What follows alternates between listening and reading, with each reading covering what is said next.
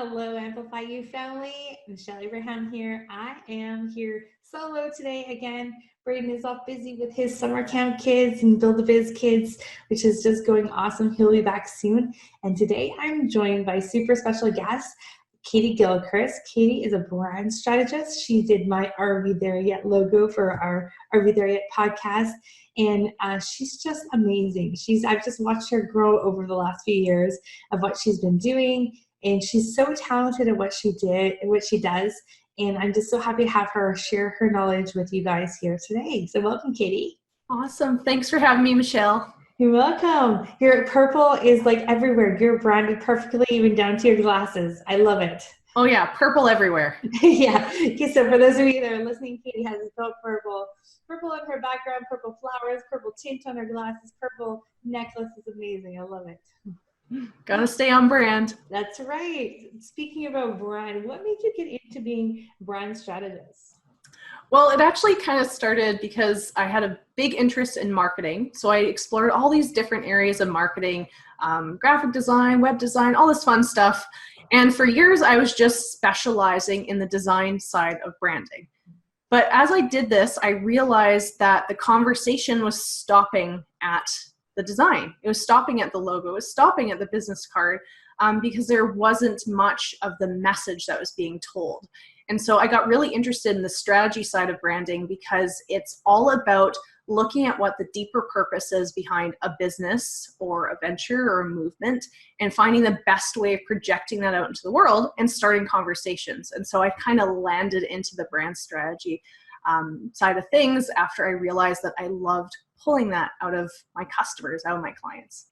Awesome. Yeah, because most of us don't really know. Like, I have no idea. We have these ideas that are like way out here. And I know even like in the design part, when we were working together, you're like pulling it into like something more concise and like, okay, it's like, and then telling the brand story is like so important too. I think that's really cool. So tell us about you just recently launched a podcast, so congratulations. Thank Joining you. us in the podcasting world. Tell us about some of the things that you're kind of like thinking about brand-wise when you were like starting your podcast. Well, the big thing that was really important for me is that the podcast I was creating was in alignment with my bigger parent brand, which is Caitey Gilchrist Creative. And so I was trying to find a way to tie in the visuals into what I had existing in the other parts of my business.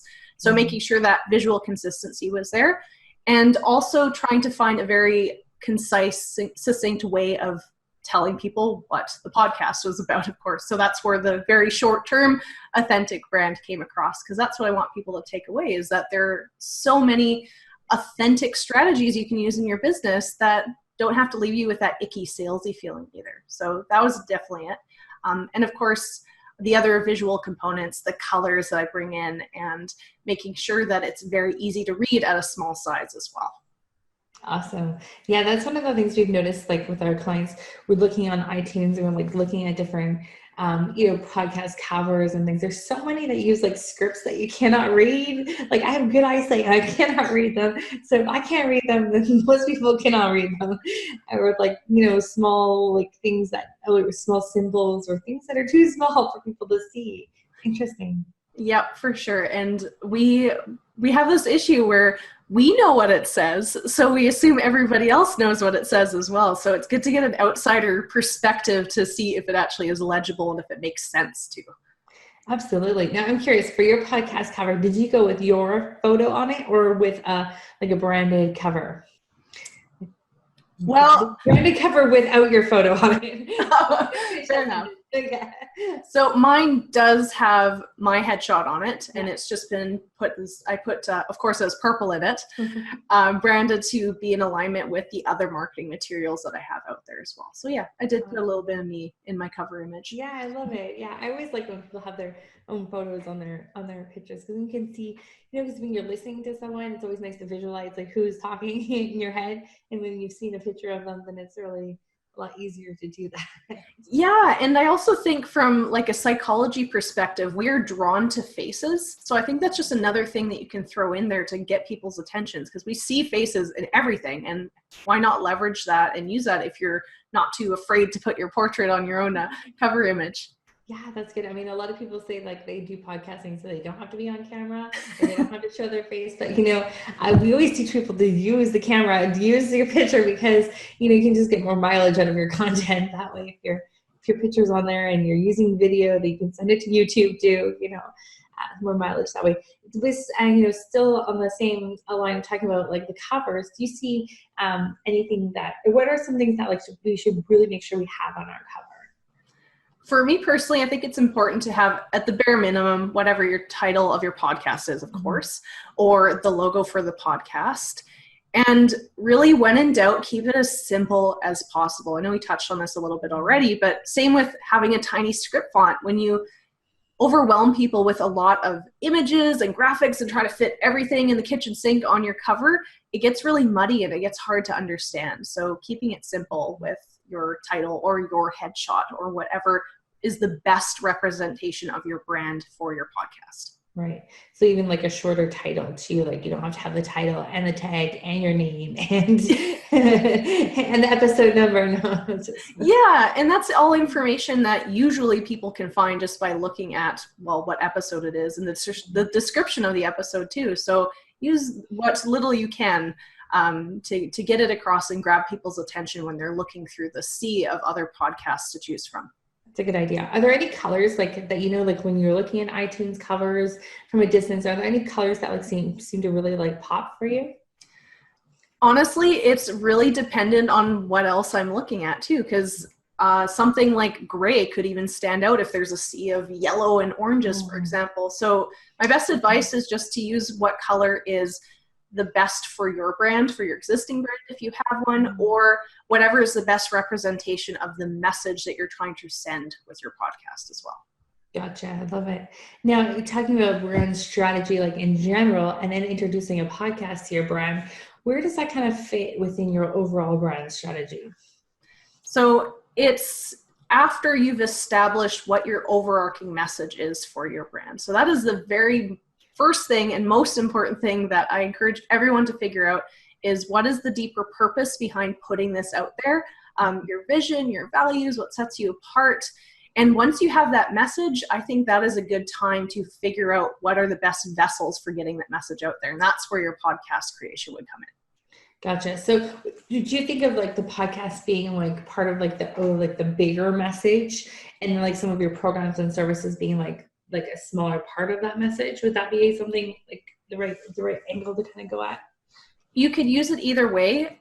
Whatever you have in your brand strategy, it just has to tie back to the big message in some way. So whether you choose, you let your podcast be about the big overarching message, or if it's about a very specific niche area of that message, as long as it ties into whatever that bigger idea is behind the big parent brand, I think it's go for it. That's a good idea. Yeah, I like it. We've had this conversation several times this week with clients, so I was interested to hear what you're going to say about that. And yeah, we've gone back and forth with like, the podcast is great to have like to draw more people in on with a wider, like broader message. But then we've seen really great success with the clients that have like super narrow, super niched podcasts because they just specifically talk to that one person during your show too. So I think, like you said, we've seen success with both from a podcasting side of things, which is pretty cool. So what are your suggestions for things that we should avoid as far as like podcasting, branding, faux pas? Well, first of all, I would avoid just winging it. I guess is a good start. Making sure you have some idea or focus behind, again, the message in your brand or your podcast, I think is really important to have. Going in without any kind of plan whatsoever can get some really creative work out, but if it's not serving that bigger message and the bigger purpose behind it, is it really that helpful to your marketing strategy? So that's probably the big one.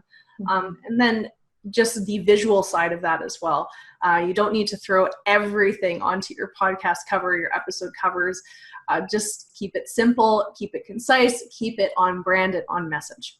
On brand, on message. You guys hear that? On brand, on message. And I was just reading your sign in the background there. So you were saying that boost your brand, create your freedom, right? And from creating your freedom, we think free. I'm going to say this because this was my issue a few years ago. It's like I would rebel against the structure and the systems because I was like, that is not about freedom. I'm all about freedom. But what I've learned over the last few years, and I've really tried to implement, is that those structures and those systems and like having some thought into planning your podcast ahead of time and all that, it is creating the freedom. Mental space is creating freedom for you to then batch your shows all together, or to create the freedom for all of your social content to go into your episodes. So you're not having to rethink about things later on. So, that the structure and those systems really do create the freedom in the end. Yep, I totally agree with you. I have this sort of internal mantra I say, and that is boundaries create freedom, because I was the same. I don't want to fit into a box. I don't want to do all these things, but it's true. Having those systems and processes in place open you up to so much more. And so embrace it. Yes, I love it. So tell us a bit about your show. So what do you talk about on your podcast? Branding, obviously. But Yes. So it is called the Authentic Brand Podcast. And it's really about strategies and the nitty-gritty behind running an authentically branded business. And so I really focus on finding strategies that are unique, but also authentic to the business owner. Mm-hmm. So the challenge today is that we have so much knowledge at our fingertips. We are inches away from connecting with different experts, and it can be absolutely overwhelming when there's so many different routes and so many different strategies we can take. Mm-hmm. And so using authenticity as a baseline is a really powerful thing, because not only are we able to identify amazing strategies, we can identify the ones that feel natural to us. So we don't have to feel that icky feeling. And so our audience doesn't have to feel that icky feeling either when we try doing something that's not within our brand and not aligned with who we are as people. Yeah, like creates a clear boundary for being able to say no to, right? To certain guests or to certain, topics that no, sorry, that's just not on our brand. It makes it, those boundaries do create the freedom. Back to that thing again. Yep, it's huge. We need the anti-freedom freedom, Yeah, it's a bit of a paradox, but it works. So it's good as long as you find something that works for you and it feels right for you, but still caters to your audience at the same time. Yeah, I love it. And so many of our podcasters are out there on this huge mission to make such a big impact in the world that I think, we always say that, if you burn out of content at 13 or 14 episodes, we haven't gotten the layers back far enough yet to that authentic brand, because it's still superficial. So you run out of stuff to say. If you have really hit the nail on the head, you have unlimited amount of resources and things to talk about and places to go with your branding, your topic. And then that, you'll make sure that you're creating that ripple effect and that impact that you want to create with people. It's pretty interesting to see, sometimes we've hit a couple of shows that have hit those 13 to 14 ones and they're that wasn't it. We're going to start again. It's good to do the work ahead of time. What are some of the things that you suggest podcasters do to kind of make sure that their branding is on brand with the rest of their business before their show goes live? Well, first of all, making sure you have clarity in your business's brand is huge, because if you have nothing to compare it to, you're going to have a really hard time. And so having a very clear guideline of what your brand is and what it isn't is really powerful. So one tool that I often suggest for people, regardless of whether they're podcasters or singers or whoever they are, whatever, if you have a brand, to have a brand style guide. So that's just a collection of rules for your brand, what your colors are, what your logo looks like, the general feel and the vibe you're going for in your podcast episodes. And you can use that as a bit of a checklist to make sure you're hitting it every single time. So that's probably my best tool that I could suggest for you. That's great. And so you get a style guide done for you, from a brand strategist like yourself, or is that something that we would need to do ourselves? Well, you can go either way. So if you have a brand strategist or a brand designer who created your brand for you, ask them for that, because it can be helpful. They designed it. They know the best way of putting that together. And it's a really good tool to have. And if you're strapped, you can always create one yourself. Even something simple like a Word document is good. But what it does is it forces you to sit down and really think, okay, how can I use my brand and how should it not be used? And how can I be sure it's being consistent? That's interesting. Yeah, we do some graphic stuff with the podcast shows as far as like creating social content. And so when we get a show and the host comes to us and they have that style guide, we're like, oh, this is good because we know where to stay on track. We know what fonts to use, we know what fonts not to use. It helps us during the done for you stuff because we're not like we do the design stuff, but it's like easy design stuff. It's not like we're not designers. So it really helps to have that done first so that we know someone who's a professional has done that to make sure that we stay on track as we're helping you like produce a show. Yeah, it's really interesting. I hadn't really thought about that, but now that I'm looking back at it, the shows that have those style guides have been so much easier to even create the cover and to get the social images done on a weekly basis because we know how to stick to those. We know what colors they are, basically. Yeah. We know what color to use. We know what font to use. Something as simple as that, as having the color codes, can save you a lot of time and money, especially when you're working with people in your profession or you're working with print companies, designers. Having that very simple document can just save oodles of time. Yeah, that's awesome. Yes, a few of your clients have come through. I'm like, yay, a Caitey branded style guide. This is great. And I was sitting there the other day trying to do a pink color for someone. I was like, nope. I'm like, this I just need the number. Yep. That's awesome. So, Caitey, a couple more questions for you. I want to pick your brains about brand strategy because I find it so interesting. It's something that in my first two businesses didn't really pay any attention to.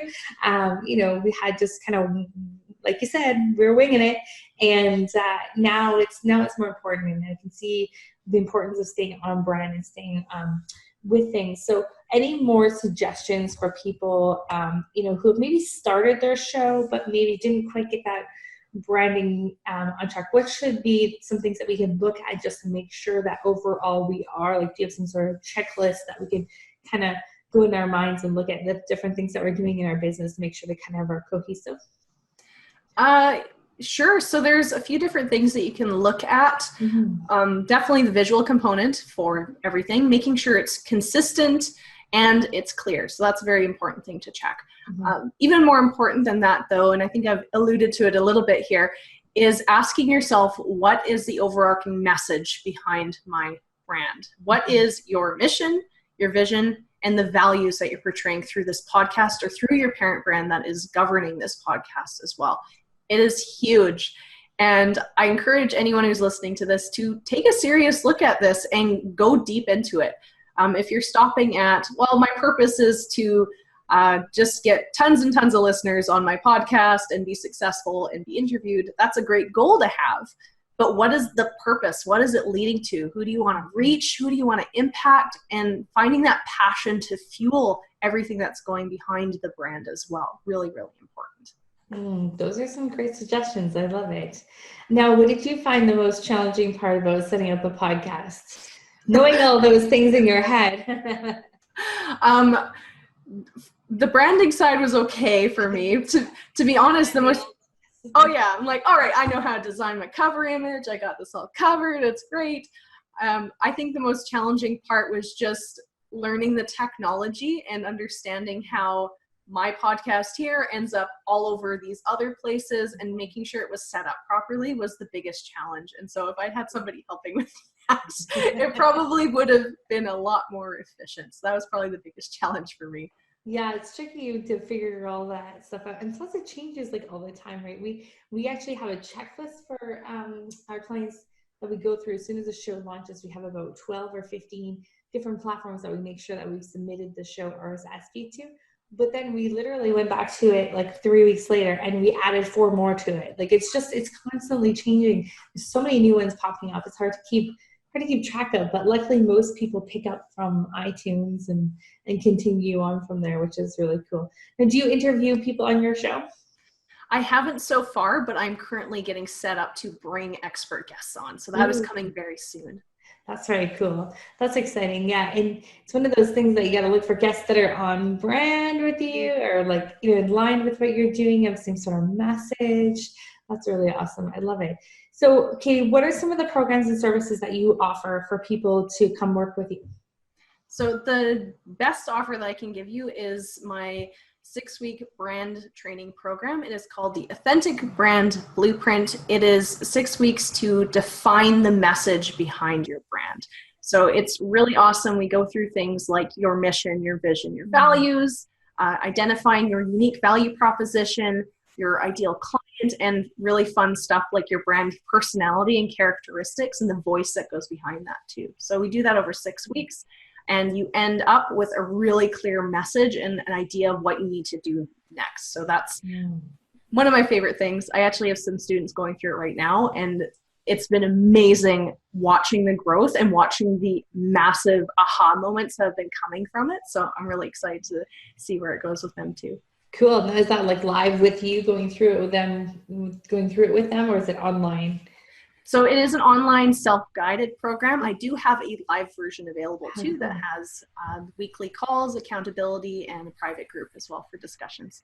Nice. Now, would you suggest people go through there? Obviously, ideally, it's best to go through before you have a brand, but it's still okay to go back through there even if you've started with a brand and you're just not sure you've got the right branding.